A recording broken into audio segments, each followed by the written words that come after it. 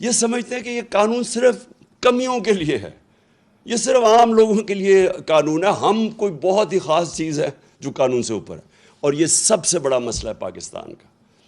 جب تک ہم ان بڑے بڑے مافیاز کو، یہ جو بڑے بڑے کارٹیلز بیٹھے ہوئے ہیں، مونوپولیز بیٹھی ہوئی ہیں، یہ جو مل کے قیمتیں اوپر بٹھا، جس طرح شوگر مافیا بیٹھ کے اوپر چینی کی قیمت کر دیتا ہے، عوام کو پستا ہے، جب تک ہم ان لوگوں کو قانون کے نیچے نہیں لے کے آئیں گے پاکستان ترقی نہیں کر سکتا۔ اور یہ ہے اس ملک کی جنگ۔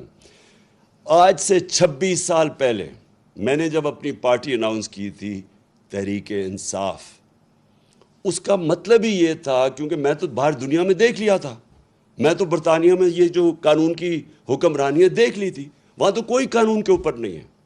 آپ یہ سوچیں کہ ان کا پرائم منسٹر بورس جانسن بھاری اکثریت سے جیتتا ہے الیکشن، اس کی پارٹی اس کو نکال دیتی ہے۔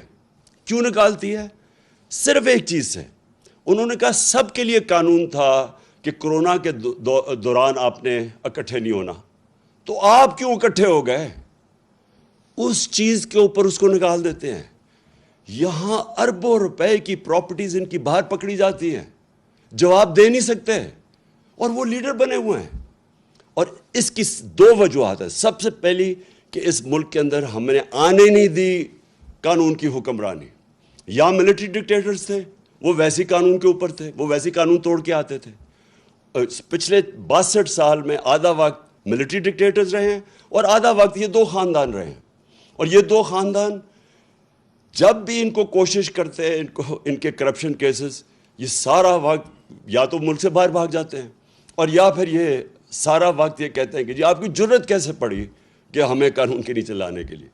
اور جب تک یہ نہیں ہوگا میرے پاکستانیوں، جب تک ہم اپنے ملک میں انصاف قائم نہیں کر سکیں گے، جس ملک میں صرف غریب لوگ جیلوں میں جائیں اور طاقتور ڈاکو ایوانوں میں پھرے، پرائم منسٹر بن جائے، اتنے بڑے کیسز ہوں، جب تک ہم یہ نہیں کر سکیں گے، یہ ہے اصل جہاد اس ملک کی۔ تو میری کوئی کسی سے دشمنی نہیں ہے۔ مجھے یہ بڑا عجیب لگتا ہے کہ کہتے ہیں جی، مجھے کئی صحافی بھی کہتے ہیں عمران صاحب آپ ان سے کیوں نہیں بات چیت کرتے، آپ بات ہی نہیں کرتے۔ بات چیت سب سے کرتا ہے پولیٹیشن۔ طالبان ہیں، جو ٹی ٹی پی ہے، ان سے بھی بات کرنے کے لیے ہم تیار ہیں۔